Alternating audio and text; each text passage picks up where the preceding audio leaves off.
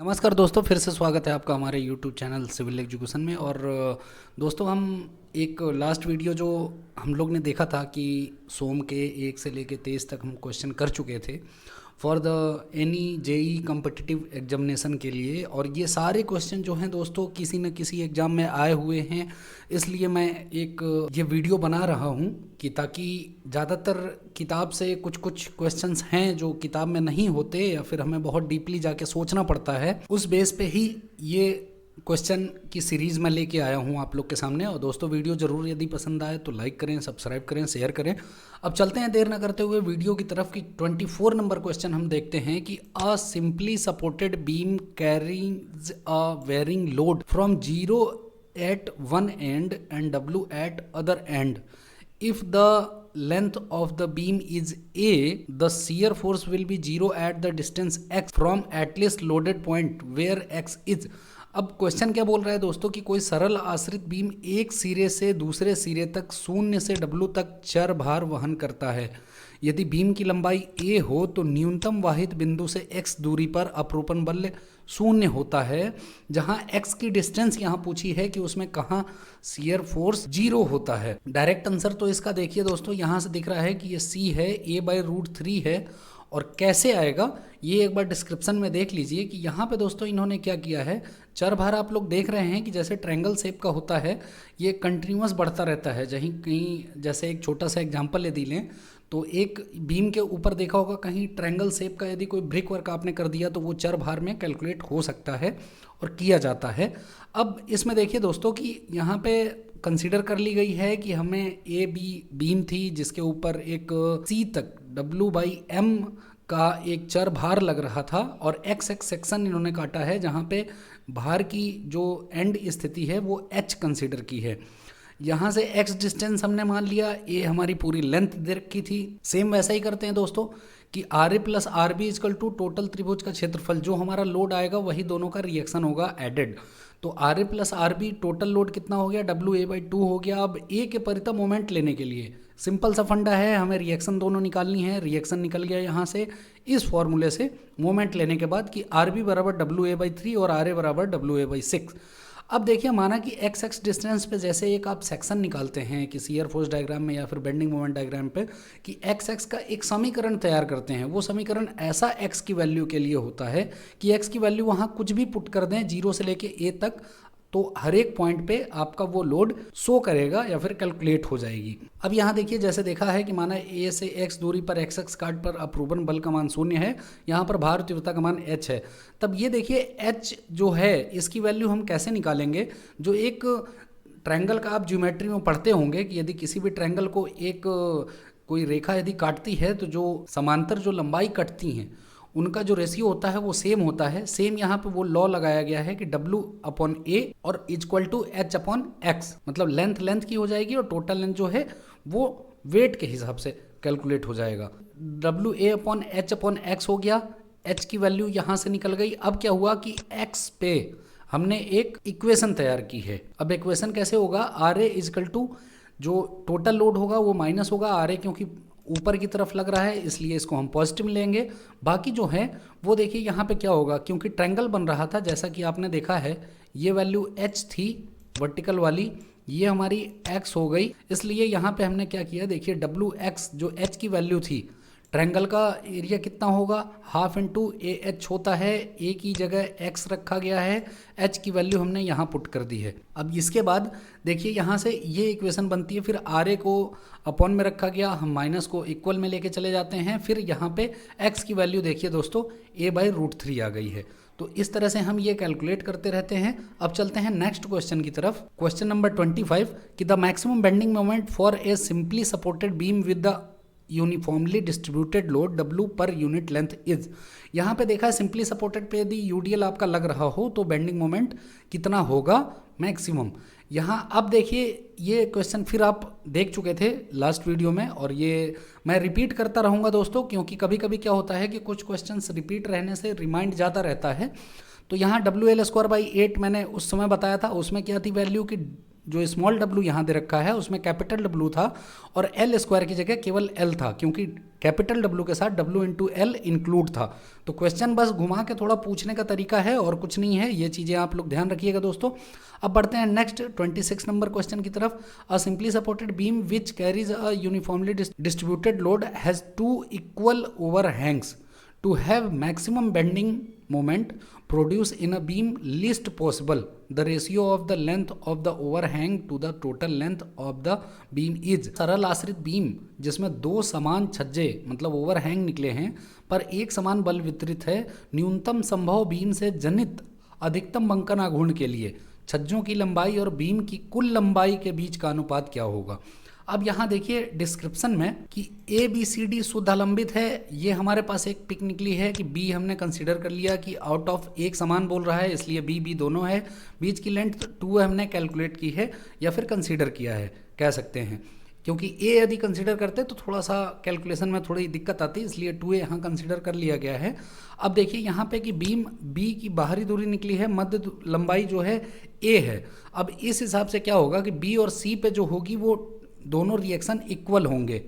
कैसे होंगे, जैसे सिंपली सपोर्टेड में भी आप देखते थे कि यदि दोनों फिक्स डिस्टेंस पे हैं और यूटीएल लगा है तो दोनों जो रिएक्शन होंगे वो बराबर होंगे, और इसमें ओवरहैंग दोनों तरफ इक्वल है इसलिए यहाँ पे भी रिएक्शन इक्वल होगा।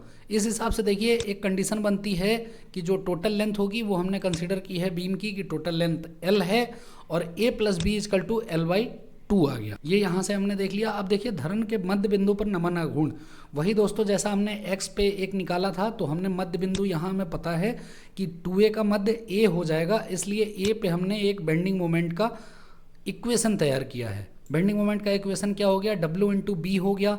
जो इस पोर्शन में लग रहा है B वो कहाँ रिएक्ट करेगा, A प्लस बी बाई 2, मतलब इतनी दूर का जो होगा उसकी W हो गई इंटू लेंथ हो गई A प्लस बी बाई 2, जो कि रिएक्शन जहाँ करेगा। A तो ये डिस्टेंस हो गई और b बाई 2 ये हो गई। अब डब्ल्यू बी हमने ले लिया है इसके लिए कि W इंटू बी ले लिया इसका लोड, और जो रिएक्शन उसका होगा वो इस जगह होगा A प्लस बी बाई 2 पे, यानी इसके सेंटर पे। अब इसी तरह से W A स्क्वायर बाई 2 हो गया जो इस पोर्शन का हमने बेंडिंग मोमेंट निकाला है। RC इंटू A हमने ऐसे ही कंसिडर किया है जैसे RC जो रिएक्शन ऊपर की तरफ लगेगा और इसकी डिस्टेंस यहाँ से A थी। इतना दोस्त लोग आप लोग जानते हैं कि एक तरह का आघूर्ण निकालना या फिर मोमेंट निकालना। अब इस इक्वेशन को देखिए यहाँ पे क्या हुआ कि B की वैल्यू हम पुट करेंगे कहाँ से, यहाँ से समीकरण 1 से B की वैल्यू हमने निकाल के यहाँ पे पुट कर दी। अब ये पूरा फॉर्मेट जो है वो A की फॉर्मेट में आ चुका है। A की फॉर्मेट में आने के बाद देखिए A का हमारे पास ये इक्वेशन आया। अब एक कंडीशन क्या है कि मध्य बिंदु पर m का न्यूनतम मान 0 होना चाहिए, कंडीशन जो दे रखी है। तो हमने क्या किया, इस इक्वेशन को इक्वल किया 0 के, और 0 के इक्वल करने के बाद हमारे पास एक वैल्यू आई a के और l के फॉर्म में, जैसे L/2 a equal to a plus a upon root 2। यहाँ से हमारी दोस्तों a के फॉर्म में जो आ गई है। अब इसमें हम क्या करेंगे कि फिर a की वैल्यू रखेंगे b के फॉर्म में, और b के फॉर्म में रखने के बाद हमारा b बाई एल आ गया। तो b बाई एल यही हमसे पूछ रहा था कि जो डिस्टेंस होगी ओवरहैंग वाली वो उसका रेशियो टोटल बीम के रेशियो से कितना होगा। तो यहाँ पे देखिए दोस्तों 0.2071 आया आंसर। ए हमारा ऑप्शन दे रखा है वो 0.207 है, और इसको हम आंसर कंसीडर करेंगे।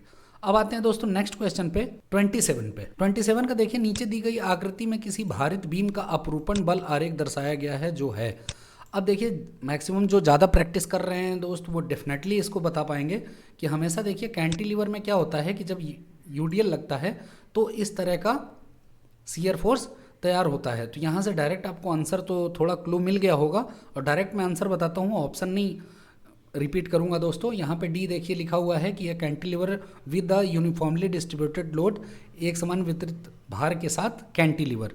अब यहाँ पे इक्वेशन भी दे रखी है, देखिए W इंटू एल जो होगा यहाँ पे लोड आएगा उसका, और इसके हिसाब से शियर फोर्स डायग्राम ट्रायंगल बनेगा, और जो BMD डायग्राम है वो हल्का सा कर्व बनता है। चलते हैं दोस्तों क्वेश्चन नंबर 28 की तरफ। Which type of beam is supported only at one end by being built into a wall.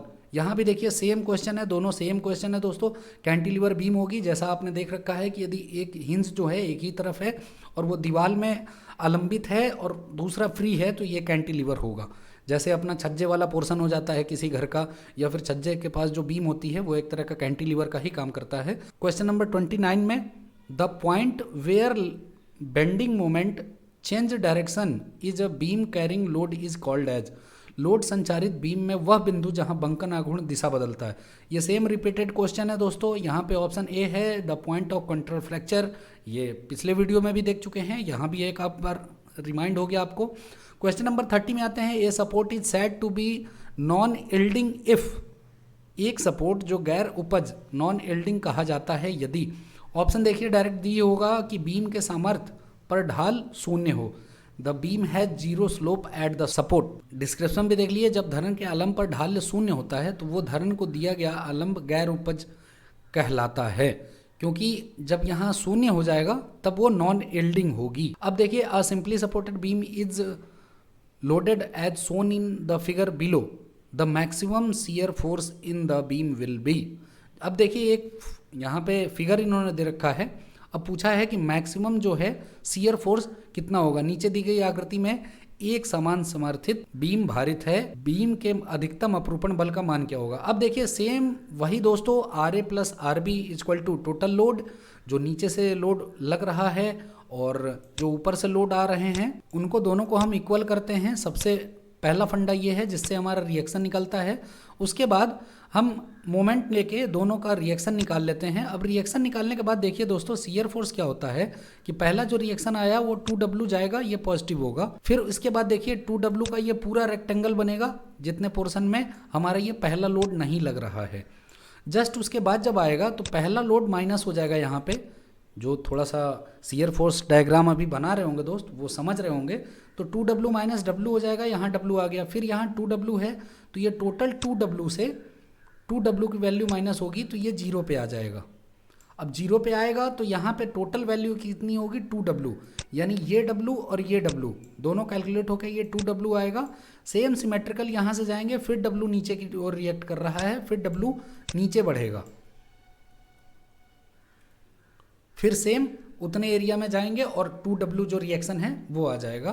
तो शियर फोर्स डायग्राम यहाँ पे आंसर आप देख सकते हैं कि यहाँ मैक्सिमम कितना हो गया दोस्तों 2W हो गया। अब चलिए नेक्स्ट क्वेश्चन पे 32 नंबर, a beam is structural member predominantly subjected to. Beam मुख्य रूप से के अधीन संरचना घटक होता है। ये देखिए सबसे अच्छा क्वेश्चन है दोस्तों, और कभी कभी आते हैं तो कन्फ्यूजन भी हो जाती है। आंसर ए दे रखा है, डिस्क्रिप्शन पढ़ लीजिए। किसी अवयव में अनुदैर्ध्य अक्ष के समांतर लगने वाले भार को अक्षीय भार तथा अनुदैर्ध्य अक्ष के लंबवत लगने वाले बल को अनुप्रस्थ भार कहते हैं। सिविल निर्माण संरचनाओं में धारण वह अवयव होता है जो संरचना के अनुप्रस्थ भारों को वहन करने के लिए प्रयोग में लाया जाता है, ये प्रयोग किया जाता है। धरण पर इसकी अक्ष के लंबवत कार्य करता है। इससे ठीक विपरीत स्तंभ वे संरचनात्मक अवयव हैं जिन पर अक्षीय भार आता है और ये अक्षीय भार के लिए अभिकल्पित किए जाते हैं। अब यहाँ ऑप्शन और आंसर भी आपको क्लियर है दोस्तों कि यहाँ पे ए होगा आंसर, कि जो बीम होगी वो केवल ट्रांसवर्स लोड के लिए बनाई जाती है। एग्जाम्पल दे दें, क्योंकि ये सपोज बीम है तो बीम पे हमेशा लोड या तो इस तरह का आता है या फिर हल्का सा लेटरल आता है। वैसे नॉर्मल तो ज़्यादातर वर्टिकल ही हम लोग कंसीडर करते हैं। और जो एक्सियल हो गया वो एक्सियल हमारा कॉलम पे आता है, जो कि जस्ट इसका जो एक्सिस है उसके पैरेलल जो लोड लगता है। जबकि बीम में क्या होता है, बीम की एक्सिस के परपेंडिकुलर ये सारे लोड लगते हैं, इसलिए इनको ट्रांसवर्स लोड हम कह सकते हैं कि बीम डिजाइन की जाती है। ट्विस्टिंग आप समझ रहे हैं, जैसे किसी चीज़ की साफ्ट हो गई या फिर कोई मरोड़ हो गया, साइकिल का पहिया का जो धूला होता है, या फिर आप कह सकते हैं कि कोई आपने मशीन देखी होगी जो साफ्ट रोटेट करता है, उसमें ट्विस्टिंग मोमेंट आएगा। ये यहाँ से भी 3 आपको क्लियर हो गए, एक क्वेश्चन से ही 3 क्वेश्चन बन गए। तो नेक्स्ट दोस्तों फिर बढ़ते हैं क्वेश्चन नंबर 33 की तरफ। क्या बोल रहा है कि बलों के आघूर्णों के बीजगणितीय योग भारित धरन के एक तरफ का योग कहलाता है। बलों के आघूर्ण के बीजगणितीय योग क्या बोलता है? यहाँ पे सिंपल सा क्वेश्चन है, बल आघूर्ण, क्योंकि आप लोग सेक्शन के हमेशा एक तरफ ही मोमेंट निकालते हैं और उसको हम बल आघूर्ण बोलते हैं। प्रतिधारक देखिए, रिटेनिंग वॉल क्या होती है ये आप लोग ने देखा होगा, जब कभी भी हाईवे या ओवरब्रिज का देखा होगा तो जो ओवरब्रिज के लास्ट वाला थोड़ा पोर्शन होता है जहाँ से हम स्लोप को नीचे जो 0 मीटर पे या ग्राउंड लेवल पे रोड होती है उसको मिलाने के लिए साइड से जो वॉल खड़ी की जाती है मिट्टी को रोकने के लिए, वो प्रतिधारक होता है। सियरिंग फोर्स होगा नहीं, मॉडुलस ऑफ रेजिस्टेंस होगा नहीं। अब यहाँ देखते हैं दोस्तों नेक्स्ट क्वेश्चन 34 नंबर कि the bending moment on a section is maximum where shear force. किसी काट पर नमन आघूर्ण अधिकतम होता है जहाँ कर्तन बल। अच्छा क्वेश्चन है दोस्तों। यहाँ देखिए इसका आंसर होगा कि चिन्ह परिवर्तित जहाँ होता हो। अब देखिए इस क्वेश्चन में देख लीजिए थोड़ा सा कि देखिए ये जहाँ चिन्ह परिवर्तन हो रहा है यहाँ बेंडिंग मोमेंट का जो डायरेक्शन है वो हमेशा चेंज होता रहेगा। ये आप निकाले हैं या फिर निकालते होंगे बेंडिंग मोमेंट, तो आपको दोनों एक साथ निकालेंगे तो आपको क्लियर हो जाएगा कि जैसे एक छोटा सा एक एग्जांपल दूं तो जैसे जब पॉइंट लोड लगता है किसी सिंपली सपोर्टेड बीम पे तो उसका किस तरह का होता है, शियर फोर्स डायग्राम इस तरह का होता है, ठीक है। जबकि वही बेंडिंग मोमेंट आप डायग्राम देखेंगे तो bending moment diagram triangle shape में हो जाता है। अब देखिए नमन आघूर्ण क्या होगा, मैक्सिमम कहाँ होगा, ये शियर फोर्स जहाँ पे चेंज कर रहा है डायरेक्शन अपना, वहाँ देखिए ये बेंडिंग मोमेंट मैक्सिमम होती है। अब चलते हैं दोस्तों क्वेश्चन नंबर 35 पे। A lever is supported on 2 hinges at A and C. जैसा कि इस पिक में दे रखा है और देख सकते हैं आप। तो फिर क्या दिया है, इन्होंने ये कहा है कि बंकन आघूर्ण क्या होगा, इसका बेंडिंग मोमेंट कैसे निकालेंगे। ये टाइम टेकिंग होता है दोस्तों, और जबकि आपकी प्रैक्टिस बहुत अच्छी नहीं होगी तो 1 मिनट हमारे पास 1 से 1.5 मिनट टाइम होता है इसको करने के लिए। तो यहाँ पे देख सकते हैं इसका सॉल्यूशन RA प्लस RC हमने दोनों तरफ से कैलकुलेट किया। फिर RC इजकल टू हमने क्या किया, RC इंटू 3 मोमेंट लिया A के प्रति। तो RC टोटल लेंथ कितनी थी इसकी 1 3 बार जोड़ेंगे 3 मीटर हो गई, माइनस का 3 इंटू 1 हो गया। ये जो एक फोर्स लग रहा है इसका जो मोमेंट होगा वो 3 इंटू 1 होगा, इजक्वल टू टोटल 0 हो जाएगा। RC की वैल्यू आ गई, RA की वैल्यू आ गई दोस्तों। ये दोनों देखिए जस्ट अपोजिट हैं क्योंकि मोमेंट जहाँ भी लगेगा रिएक्शन हमेशा अपोजिट हो जाएगी, ये हमेशा ध्यान रखिएगा। अब यहाँ पे क्या हो गया कि MB एक्सक्लूडिंग पॉइंट मोमेंट, मतलब B पर जो लोड लग रहा है उसके जस्ट पहले, मतलब B से थोड़ा सा पहले, यदि आप देखें B से जस्ट पहले जहाँ ये 3 न्यूटन का वर्क ना हो रहा हो वहाँ पे इन्होंने निकाला है वो मोमेंट कितना आ रहा है 2 किलो न्यूटन पर मीटर। अब देखिए MB इन्होंने निकाला है इंक्लूडेड पॉइंट मोमेंट, मतलब ये जो पॉइंट मोमेंट लग रहा है जस्ट B सेक्शन पे ले लिया है। तो B सेक्शन पे लेने की वजह से क्या होगा, हम B के लोड का तो मोमेंट निकालेंगे ही जो A ने रिएक्ट किया है, और इसके साथ साथ हम इसको भी इंक्लूड करेंगे। तो हमारा टोटल जो है वो वैल्यू कितनी आ गई, वो -1 किलो न्यूटन मीटर आ गई। अब MA पे पहुँचेंगे, MA पे तो आप जानते हैं दोनों एंड पे तो निश्चित है कि 0 हो जाता है फिक्स एंड पे। इस हिसाब से इसका जो बेंडिंग मोमेंट डायग्राम होगा दोस्तों ये देख लीजिए, ऊपर का जो होगा वो 2 किलो न्यूटन होगा और जो -1 किलोमीटर आया है वो नीचे की तरफ होगा और दोनों एंड पे शून्य होंगे। इसलिए मैक्सिमम जो बेंडिंग मोमेंट इसका जो आएगा वो 2 किलो न्यूटन मीटर आएगा। अब 36 नंबर क्वेश्चन देखते हैं दोस्तों कि the moment diagram for a cantilever was free end is subjected to a bending moment will B.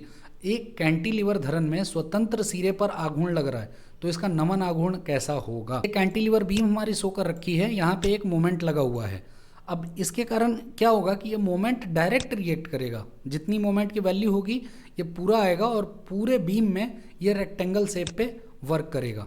तो इसका जो BMD होगा कैसा हो जाएगा, वो आयताकार हो जाएगा, रेक्टेंगल। जब पॉइंट लोड लग रहा हो तब फिर ट्रायंगल बनेगा, और जब पैराबोला कब बनेगा, पैराबोला UDL के समय बनेगा। और जो क्यूबिक पैराबोला है ये जब आप वेरिंग लोड लगाते हैं, चर भार जो लगता है उसमें इस तरह के घन परवलयाकार आते हैं बेंडिंग मोमेंट डायग्राम का शेप। अब क्वेश्चन नंबर 37 क्या कह रहा है कि the bending moment at the fix end for a propped cantilever beam of span L and carrying a UDL of W per unit length through the span will be WL² where x। तो इसका answer देखिए, विस्तृत लंबाई L और पूरी लंबाई W पर metre पर संवितरित भार धारण करने वाले आलम का प्रास धरण के लिए बद्ध सिरे पर बंकन आघूर्ण WL² होता है तथा कर्तन बल 5WL/8 होता है। तो यहाँ WL² x हो गया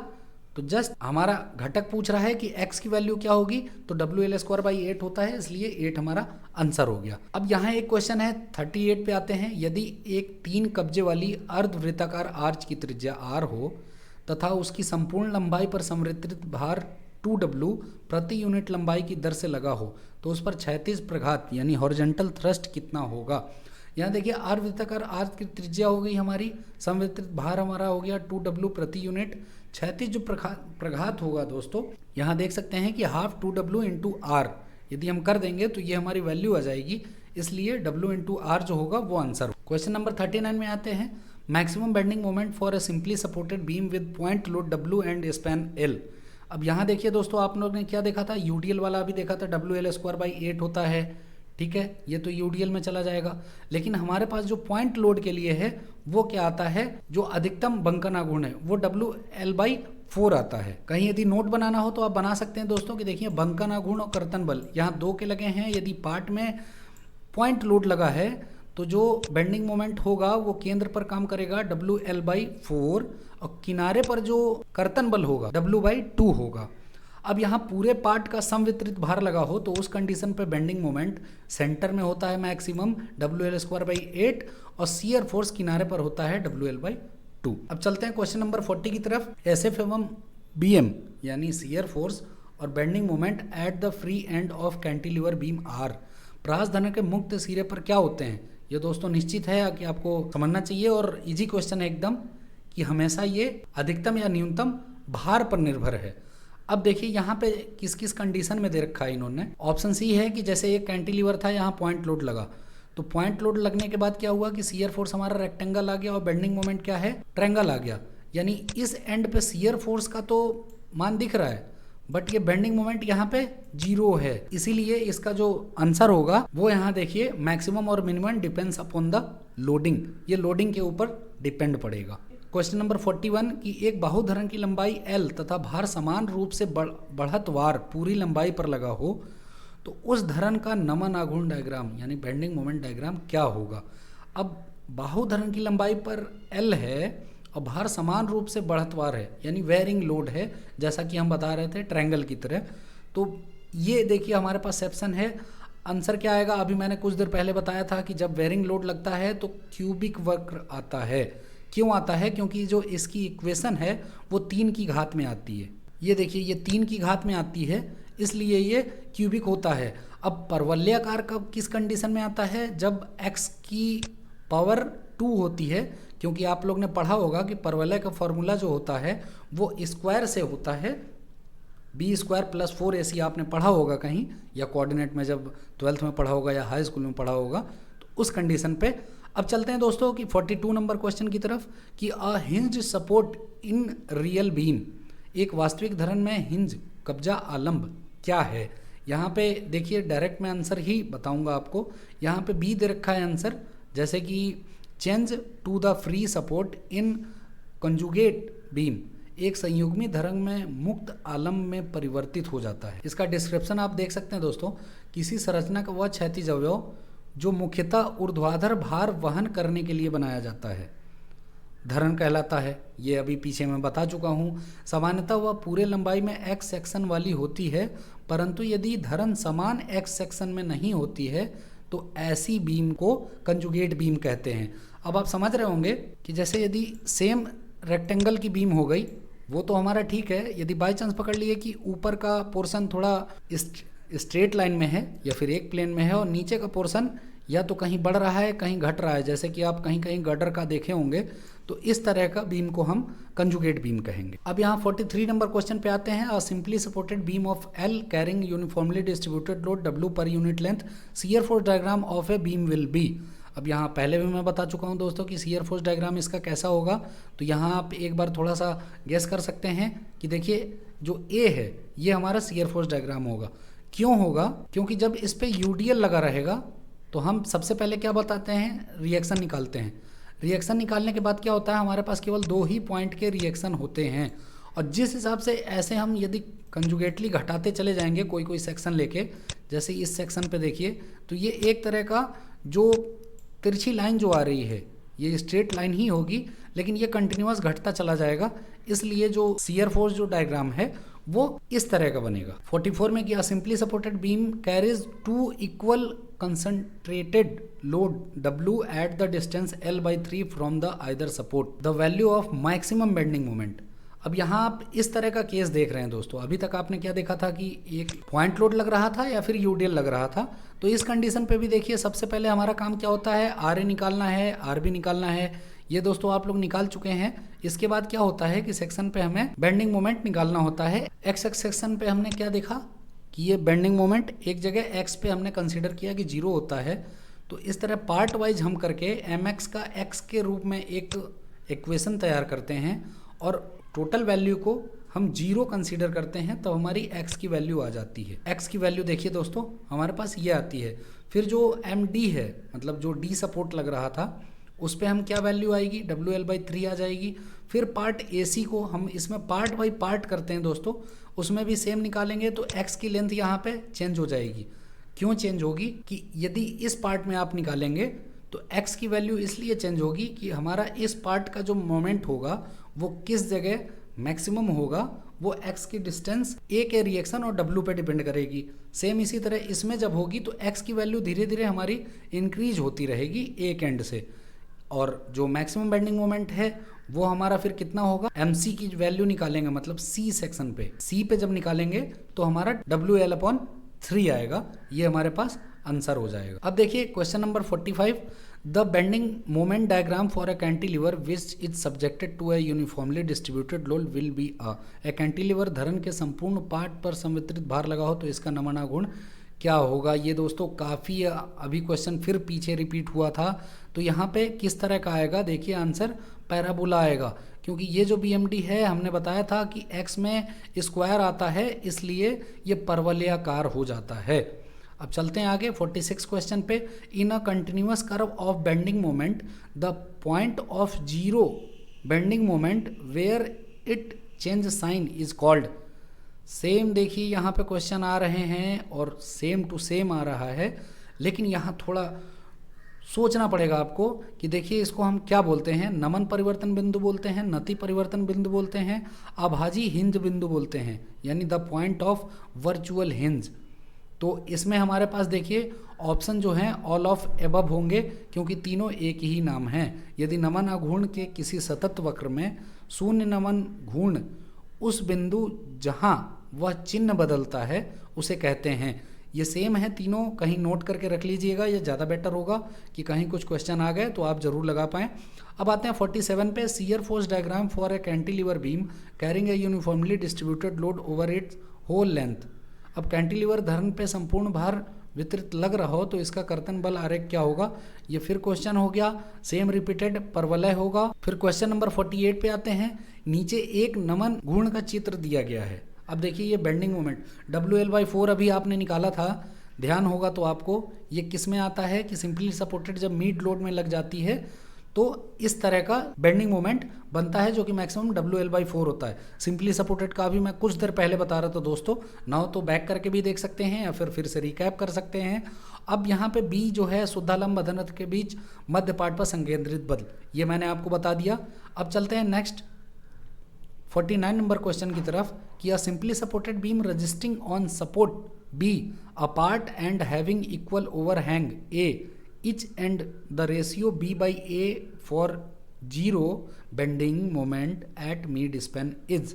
अब यहाँ देखिए क्या पूछ रहा है दोस्तों कि एक शुद्ध आलंबित धरन सपोर्ट B पर आधारित प्रत्येक सिरे पर समान प्रलंब A है, मध्य विस्तृति पर बंकन आघूर्ण शून्य के लिए अनुपात जो है B/A का क्या होगा। यहाँ पे देखिए 2 हम आंसर डायरेक्ट बता रहे हैं, कैसे होगा। मध्य विस्तृति पर शून्य के लिए बंकन आघूर्ण के लिए प्रलंब पर बने परवलय के क्षेत्रफल का योग आलंबों के नज़दीक विस्तृति पर बने परवलय के क्षेत्रों के फल का बराबर होगा। ये दोनों बराबर होंगे दोस्तों। अब देखिए आलंब वालों को एक तरफ हमें करना है और जो परवलय के कारण जो आ रहा है उस एरिया को हम एक तरफ रखेंगे। जैसे यदि सपोज हमारा 2/3 WA जो लोड आ गया वो A की डिस्टेंस पे कितना फॉर्म होगा, फिर 2/3 जो WA लोड है वो भी ए के ही कंसीडर में होगा, क्योंकि यहाँ क्या दे रखा है इन्होंने, इक्वल ओवरहैंग है। पिछला एक क्वेश्चन देख चुके हैं जिसमें वो इक्वेशन निकाली हुई थी, वहाँ से b बाई ए की वैल्यू यहाँ 2 निकाल दी, जबकि पिछले इक्वेशन में क्या था कि ओवरहैंग अपॉन पूरी लेंथ की थी। यहाँ पे क्या है दोस्तों कि ओवरहैंग और अपॉन जो बीच की मिड की स्पैन है, दोनों सपोर्टेड के बीच की जो लेंथ है वो देखिए यहाँ पे, और ये हमेशा याद रखिएगा, ये लगभग सेम मिलेगा आपको यदि सिमिलर ओवरहैंग है तो ये रेशियो बराबर आएगा। अब देखिए यहाँ पे 50 नंबर क्वेश्चन में कि the bending moment diagram for a cantilever whose free end is subjected to a point load. अब देखिए फिर सिमेट्रिकल क्वेश्चन है दोस्तों कि पॉइंट लोड यदि किसी कैंटिलीवर में लगा हो तो इसका बेंडिंग मोमेंट डायग्राम कैसा होगा। कर्तन बल तो आपने देख लिया, ये पूरा रेक्टेंगल होगा क्योंकि ये यहीं से डब्ल्यू चालू होगा शियर करना और ये यहाँ तक लास्ट तक जाएगा, जबकि बेंडिंग मोमेंट क्या होगा, इस जगह जीरो होगा क्योंकि इसका मोमेंट निकालेंगे हम इसी सेक्शन पे, तो बी पे डब्ल्यू इंटू जीरो, ये जीरो हो गया, कंटिन्यूसली कहाँ तक बढ़ेगा, ये डब्ल्यू इंटू एल तक बढ़ेगा। ये आपने अभी देखा था कुछ देर पहले। तो हमारे पास आंसर क्या हो जाएगा, ए हो जाएगा त्रिभुजाकार। बेंडिंग मोमेंट जो डायग्राम है वो त्रिभुजाकार बनेगा। अब आते हैं दोस्तों 51 नंबर क्वेश्चन पे कि what is the ordinate and influence line for reaction R D and shown in following figure. अब इस पिक में इन्होंने क्या है कि आर डी के लिए बिंदु का प्रभाव रेखा क्या है, ये इन्होंने केवल निकालने के लिए बोला है। अब इसका सॉल्यूशन देखिए दोस्तों किस हिसाब से होगा कि निम्नलिखित में प्रतिक्रिया जो होगी आरडी के लिए बिंदु पर प्रभाव रेखा का ऑर्डिनेट 0.5 या 1/2 होगा। आंसर यहाँ सी दे रखा है। क्यों होगा, क्योंकि यहाँ देखिए दोनों तरफ लेंथ सेम है, इस वजह से क्या होगा, लोड जो होंगे वो इक्वली डिस्ट्रीब्यूटेड होंगे, तो जो आर की वैल्यू आएगी वो हाफ के कंसीडर में होगा। अब चलते हैं 52 नंबर क्वेश्चन पे कि influence line diagram can be drawn for. ये देखिए क्वेश्चन कहाँ आया हुआ है, उत्तराखंड ए 2013 का, कि प्रभावी रेखा निम्नलिखित में से के लिए खींची जाती है। किसके लिए खींची जाती है, ये हमेशा धरन, डॉट, आर्चेज या कैंची के लिए खींची जाती है। इन्फ्लुएंस लाइन जो डायग्राम है ये, क्योंकि कॉलम वॉलम के लिए कभी आपने खींचा नहीं है, इसलिए ये बीम का ही या फिर डॉट हो गया या फिर जो कैंची ट्रस बोलते हैं आप उसका हो गया।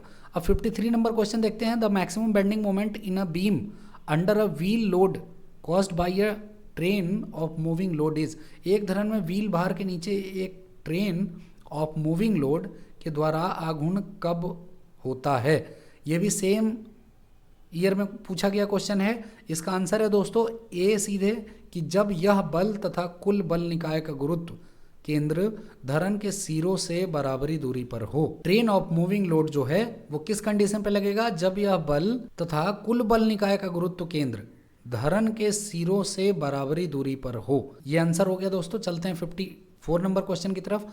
For a beam as shown in figure. देखिए यहाँ पे फिगर शो किया हुआ है, ये यूडीएल लोड लगा हुआ है, यहाँ पे सेम है, ओवरहैंग बीम है, L1 दोनों तरफ निकला हुआ है मान, वो L/2√2 के बराबर होगा, जो कि L1 की वैल्यू है। अब 55 नंबर क्वेश्चन में आते हैं कि a simply supported beam of A length 3a supported 3 loads separated by distance a at the middle load is 2p while the load at distance a from each support are p is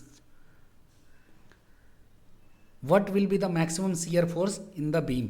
same यहाँ एक question आप 2 point load के लिए देख चुके थे, 3 point load के लिए भी देखे थे, सेम वही क्वेश्चन है।